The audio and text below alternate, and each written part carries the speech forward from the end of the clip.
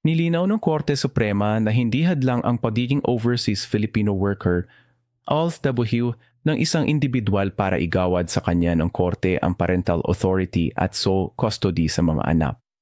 Sa desisyon ng Supreme Court Second Division na sinulat ni Associate Justice Joseph Lopez, nakasaad na maaari pa ring mapunta sa kustudiya ng isang ina ang anak kahit nagtatrabaho ito sa ibang bansa.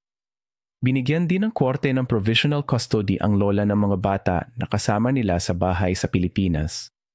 Sa isang petisyon, isang ama ang humiling na mapasa kanya ang kustudiya ng dalawang bata dahil wala naman sa Pilipinas ang ina ng mga ito na dati niyang asawa. Umabot sa Korte Suprema ang desisyon mula sa Regional Trial Court, RTC, pero sa huli ay pinagtibay ng SC ang desisyon ng Court of Appeals.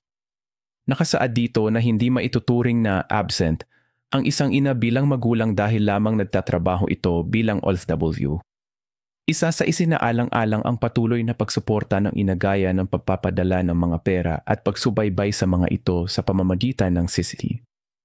Habang ayon pa sa SC, hindi raw karapat-dapat ang ama na nagpetisyon matapos matuklasan na nagiinom, naninigarilyo at ang marahas na pag-ugali nito.